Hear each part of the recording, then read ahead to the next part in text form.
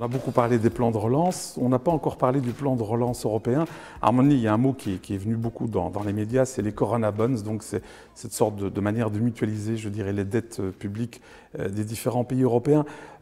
Pourquoi ça bloque? Pourquoi ça ne voit pas le jour? Après tout, on peut se dire que c'est la crise la plus grave depuis 1929, on ne devrait pas hésiter et on devrait mutualiser nos dettes et ce n'est pas le cas visiblement. Oui, c'est un mot évidemment qui est sympathique. Parler de Corona Bonds, ça donne une impression de solidarité européenne. Ça n'a pas marché en 2008. On avait parlé à l'époque d'obligations souveraines bleues et rouges en fonction du risque des pays et de leur endettement.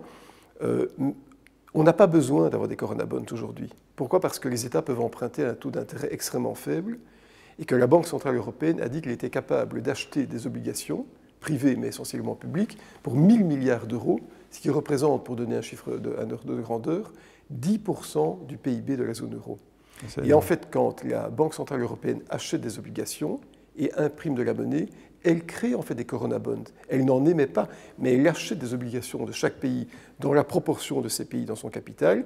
Et les vrais Corona Bonds, ce sont les billets qui sont imprimés par la Banque centrale. Donc, on est déjà face à une situation de mutualisation du risque, mais qui ne prend pas une forme traditionnelle. Il faut donc regarder les choses différemment et se féliciter du fait que la Banque centrale européenne achète les obligations de différents États pour émettre de la monnaie qui, elle, bien sûr, est tout à fait fongible. Parce que la Banque centrale n'émet pas des euros italiens ou des euros allemands, elle émet tout simplement des euros. Donc c'est la Banque centrale qui, dans sa structure de création monétaire, a déjà créé un mécanisme de collecte d'endettement.